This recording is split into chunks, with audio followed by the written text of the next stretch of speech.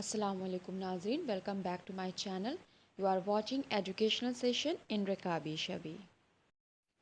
आज की इस वीडियो में मैं बात कर रही हूँ 28 अगस्त 2022 को इम्प्लोडेड हुए सुपरटेक के ट्विंस टॉवर्स की, जिसे महज 9 सेकंड्स में बहा दिया गया। जी हाँ, एडिफाइस इंजीनियरिंग कंपनी, जिन्होंने 2020 में कोच्चि या केरला में 4 मंजिला इमारत को ढाया था, उन्होंने ही सुप्रीम कोर्ट के आदेश अनुसार एपेक्स टावर, जो कि 32 फ्लोर का और 102 मीटर ऊंचा, और दूसरा सियाना टावर जो 29 फ्लोर और 94 मीटर ऊंचा, सुपरटेक लिमिटेड कंपनी के ये 2 टावरों को वाटरफॉल इम्प्लोजन टेक्निक के माध्यम से ज़मीन में धंसा दिया गया। वजह यही थी कि नोएडा अथॉरिटी में emerald gold and ATS village, ये 2 सोसाइटीज़ के रेसिडेंशियल ने सुपरटेक लिमिटेड के अगेंस्ट केस किया कि इन्होंने ट्विंस टावर को इलीगल बनाया है, जो कि सोसाइटी में नहीं होना चाहिए था। इसमें serious violation of building codes किए गए थे, जिसके चलते सुपरटेक कंपनी को ही इसको गिराने का ज़िम्मा देना पड़ा, और इसके चलते इनको 500 करोड़ के लगभग नुकसान झेलना पड़ा। सो व्यूवर्स, आगे हम इस वीडियो में बात कर रहे हैं उस तकनीक की जिसके ज़रिए से इस डेमोलाइजेशन को अंजाम दिया गया है। जी हाँ, उस टेक्निक का नाम है वाटरफॉल इम्प्लोजन टेक्निक, और इस टेक्निक को हम आसान तरीके से इस वीडियो में समझेंगे। तो चलिए शुरू करते हैं। चल चल चल चल। इम्प्लोज़न को समझने से पहले हमको एक्सप्लोज़न वर्सेस इम्प्लोज़न के फ़र्क को जानना होगा। एक्सप्लोज़न वो प्रोसेस है जिसमें ऑब्जेक्ट छोटे छोटे पीसेस में टूटता है और इधर उधर बिखर जाता है, जबकि इम्प्लोज़न में ऑब्जेक्ट इधर उधर बिखरने के बजाय खुद ही के केंद्र में ध्वस्त हो जाता है, या यूँ कहें कि सारा मलबा सेंट्रलाइज्ड हो जाता है।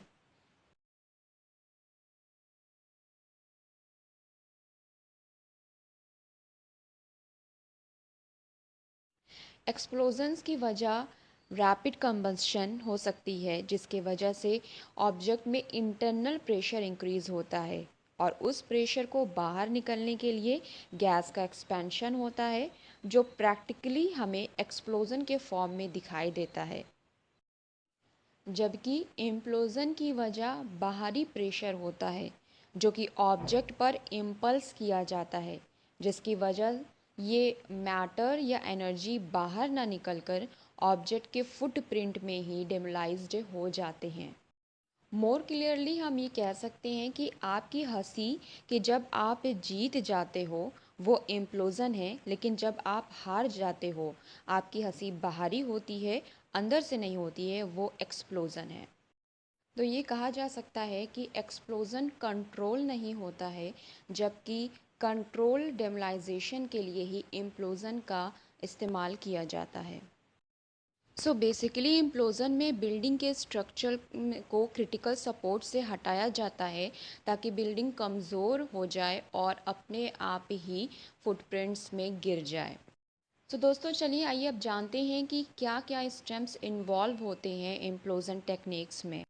इसमें नंबर 1 पर आता है प्रिपरेशन ऑफ साइट। इसमें क्रू मेंबर हल्की फुल्की तोड़ फोड़ करके और जो भी कम वज़न के कॉलम्स होते हैं उन्हें बिल्डिंग से अलग कर लेते हैं, क्रिटिकल सपोर्ट्स को हटा देते हैं। साथ ही साथ बिल्डिंग के आसपास के जो स्ट्रक्चर हैं उनको भी सब प्रोटेक्शन दी जाती है। वहाँ से हर चीज़ को, इंसान, गाड़ियाँ, जो भी जान माल है, उसको एवैक्यूएट कर लिया जाता है। सेकेंड स्टेप आता है डिसीजन ऑफ एक्सप्लोसिव्स। इसमें विस्फोटक का चयन किया जाता है, जैसे नाइट्रो ग्लिसरॉल डायनामाइट कंक्रीट को ब्रेक करने के लिए, जबकि सेलोनाइट वगैरह ऑर्गेनिक कंपाउंड कुछ इस तरह के इस्तेमाल किए जाते हैं जो स्टील स्ट्रक्चर को ब्रेक करता है। ट्विंस टावर्स के लिए 3700 किलोग्राम के एक्सप्लोजर का यूज़ किया गया था। एक बार जब एक्सप्लोसिव डिसाइड हो जाए, तो अब बारी आती है कि किस तरह से इस एक्सप्लोसिव्स को बिल्डिंग में लोड किया जाएगा। तो थर्ड स्टेप है दोस्तों, लोड ऑफ एक्सप्लोसिव्स। इस प्रोसेस में एक्सप्लोसिव्स को लोड किया जाता है। लोड करने का तरीका ये होता है कि फर्स्ट फ्लोर के कॉलम्स और अपर फ्लोर्स के कुछ कॉलम्स में ड्रिल करके ये एक्सप्लोसिव्स को कॉलम्स में रख दिए जाते हैं। जैसे अगर 20 फ्लोर की कोई इमारत है तो पहले फ्लोर पे 12वें या 15वें फ्लोर पर एक्सप्लोसिव ड्रिल किए जाते हैं कॉलम्स में। दोस्तों उसके बाद खेल आता है टाइम सीक्वेंस का। एक बार एक्सप्लोसिव लोड करने के बाद ये सारे एक्सप्लोसिव टाइम सीक्वेंशली काम अगर ना करें तो सारा किया कराया बर्बाद हो जाता है।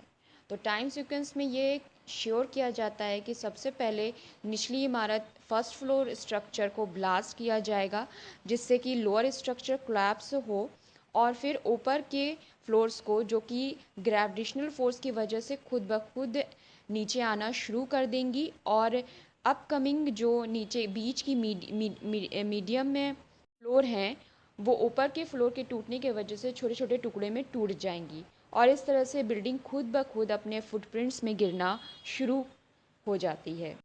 और इन सब तैयारियों के साथ आता है last step, detonate of building. ये सब एक इलेक्ट्रिक करंट की मदद से अंजाम दिया जाता है कि एक्सप्लोजन्स का फूटना होता है, और नतीजन आपके सामने है ट्विन टावर के डेब्रिस के फॉर्म में।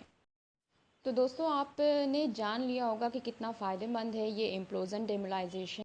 अगर हम इन्हीं ट्विन टावर को मैनुअल मेथड मशीन मेथड से तोड़ने का सोचते हैं तो ये अंजाम देना बहुत लंबा सफ़र हो जाता और इसमें लागत भी बहुत आती। हालांकि इम्प्लोजन डेमोलाइजेशन एक फ़ास्ट टेक्निक है, सेफ़ है। ये इसीलिए किया ही जाता है कि आसपास के स्ट्रक्चर को कम से कम नुकसान पहुँचे, और स्ट्रक्चर को हम उसी के फुटप्रिंट में डेमोलाइज कर सकें, गिरा सकें। जैसा कि जो बेसिक एरिया है वो बिल्डिंग का जो भी बेस एरिया होता है उसी में वो बिल्डिंग गिर जाती है। अगर बात करें इसके एडवर्स इफ़ेक्ट की तो वाइब्रेशन और एयर पॉल्यूशन हो सकता है। आसपास के बिल्डिंग्स में वाइब्रेशन से देखे जा सकते हैं, और एयर पॉल्यूशन इससे दोस्तों इतना ही होता है जितना मैनुअल मेथड से है, मशीन मेथड से है।